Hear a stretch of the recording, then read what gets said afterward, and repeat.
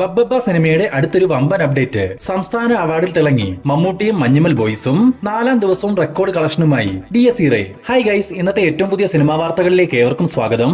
തമിഴിൽ നിന്നും ദീപാവലി റിലീസായി തിയേറ്ററുകളിലേക്ക് എത്തിയ ഏറ്റവും പുതിയ സിനിമയാണ് ഡൂഡ്. പ്രദീപ് രംഗനാഥൻ, മമിത ബൈജു തുടങ്ങിയവർ പ്രധാന വേഷങ്ങളിലെത്തിയ ഡൂഡിന് മിക്സഡ് റിവ്യൂസ് ആണ് ലഭിച്ചതെങ്കിൽ കൂടി ചിത്രം കേരളത്തിൽ നിന്നും മാത്രം 4,40,00,000 രൂപയും വേൾഡ് വൈഡ് ഗ്രോസായി 112 കോടി രൂപയും സ്വന്തമാക്കിയിരുന്നു. ഇന്നിപ്പോൾ ഡൂഡിന്റെ OTT റിലീസ് അപ്ഡേറ്റ് പുറത്തു വന്നിട്ടുണ്ട്.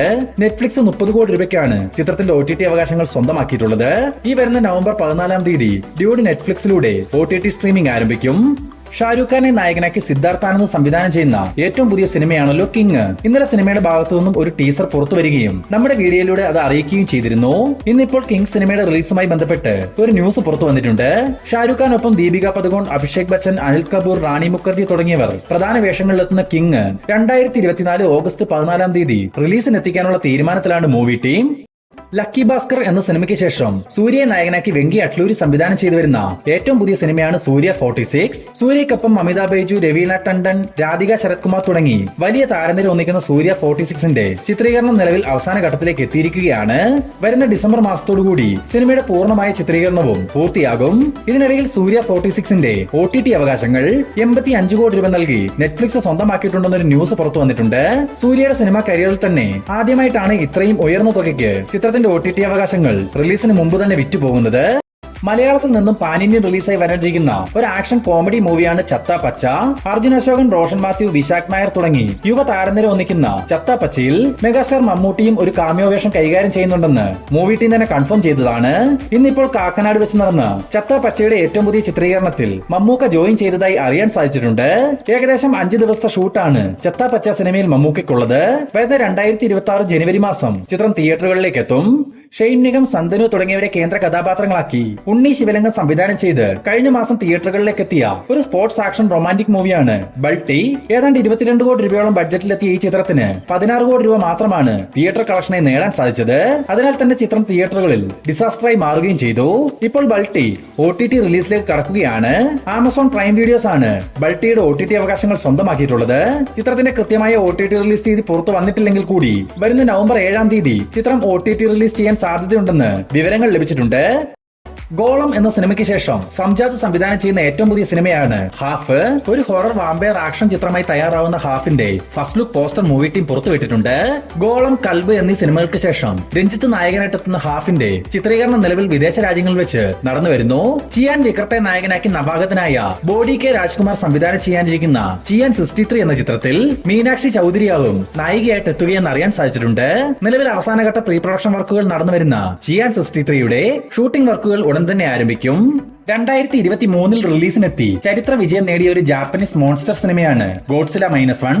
ഏകദേശം 133 കോടി രൂപ ബഡ്ജറ്റിലെത്തിയ ഈ ചിത്രം ഏതാണ്ട് 1200 കോടി രൂപയോളമാണ് ആഗോള ബോക്സ് ഓഫീസ് കളക്ഷനായി സ്വന്തമാക്കിയിട്ടുള്ളത്.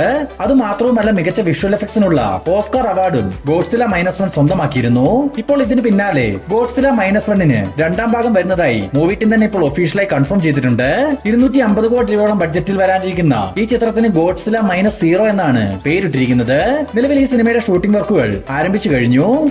അമരൻ എന്ന സിനിമയ്ക്ക് ശേഷം രാജ്കുമാർ പെരിയസ്വാമി സംവിധാനം ചെയ്യാനിരിക്കുന്ന ഏറ്റവും പുതിയ സിനിമയുടെ പൂജാ ചടങ്ങ് ഇന്ന് നടക്കുകയുണ്ടായി. D55 എന്ന താൽക്കാലികമായി പേര് നൽകിയിരിക്കുന്ന ഈ ചിത്രത്തിൽ ധനുഷ്, പൂജ ഹെഗ്ഡെ തുടങ്ങിയവരാണ് പ്രധാന വേഷത്തിലെത്തുക. ചിത്രത്തിന് മ്യൂസിക് ഒരുക്കുന്നത് സായി അഭ്യങ്കറും.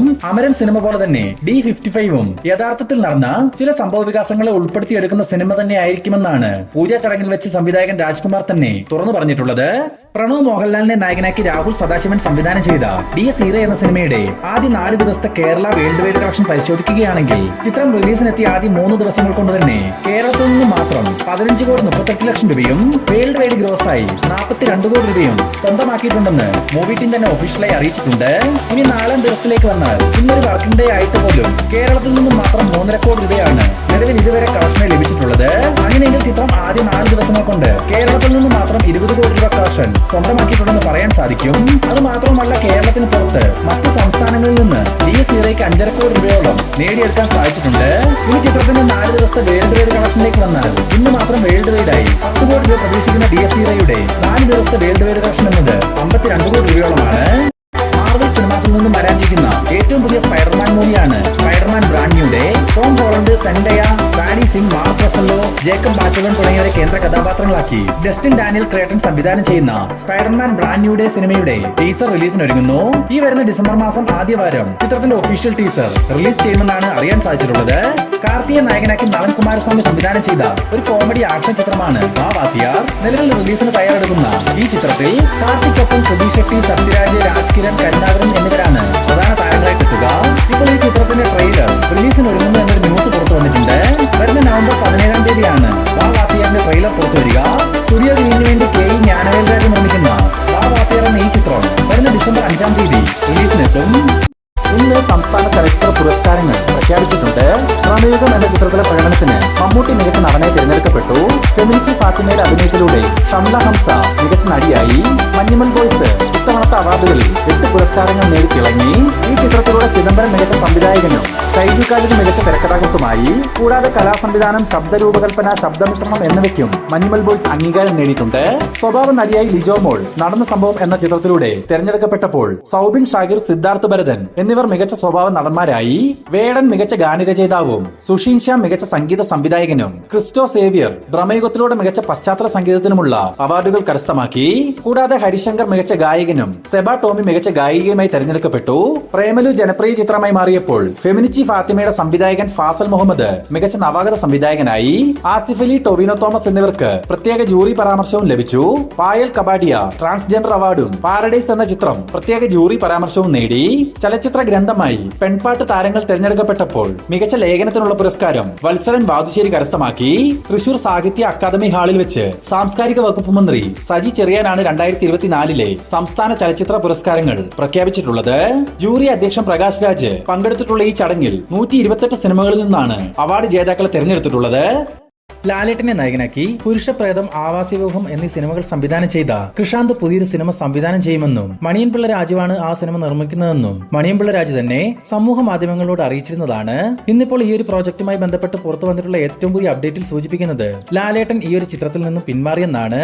മാത്രമല്ല കൃഷാന്ത് മൂവിക്ക് നൽകാൻ വെച്ചിരുന്ന ഷൂട്ടിംഗ് ഡേറ്റ് ലാലേട്ടൻ മേജർ രവി ചിത്രത്തിനായി നൽകിയെന്നും അറിയാൻ സാധിച്ചിട്ടുണ്ട്. മമ്മൂട്ടി കമ്പനിക്ക് വേണ്ടി മമ്മൂക്ക ആദ്യമായി നിർമ്മിച്ച ഒരു ഷോർട്ട് ഫിലിമാണ് ആരോ. മഞ്ജു വാര്യർ കേന്ദ്ര കഥാപാത്രമാവുന്ന ആരോ സംവിധാനം ചെയ്തിരിക്കുന്നത് രഞ്ജിത്താണ്. ഇന്നലെ ആരോ എന്ന ഈ ഒരു ഷോർട്ട് ഫിലിമിന്റെ പ്രിവ്യൂ ഷോ എറണാകുളത്ത് വെച്ച് നടന്നിരുന്നു. പ്രേക്ഷകരിൽ നിന്നും മികച്ച അഭിപ്രായങ്ങൾ നേടിയെടുത്ത ആരോ മമ്മൂട്ടി കമ്പനിയുടെ യൂട്യൂബ് ചാനലിലൂടെ ഉടൻ തന്നെ റിലീസ് ചെയ്യും.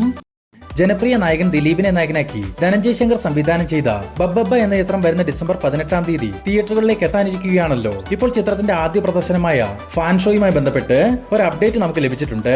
ബബ്ബബ്ബയുടെ ആദ്യ പ്രദർശനം വരുന്ന ഡിസംബർ 18-ാം തീയതി രാവിലെ 4 മണി മുതൽ ആരംഭിക്കാനുള്ള നീക്കങ്ങൾ മൂവി ടീം നടത്തുന്നുണ്ടെന്നും ഓൾറെഡി ഇപ്പോൾ തന്നെ 4 മണിക്ക് നടത്താനിരിക്കുന്ന ഫാൻ ഷോയുടെ തിയേറ്റർ ചാർട്ടിംഗ് ആരംഭിച്ചിട്ടുണ്ടെന്നും വിവരങ്ങൾ ലഭിച്ചിട്ടുണ്ട്.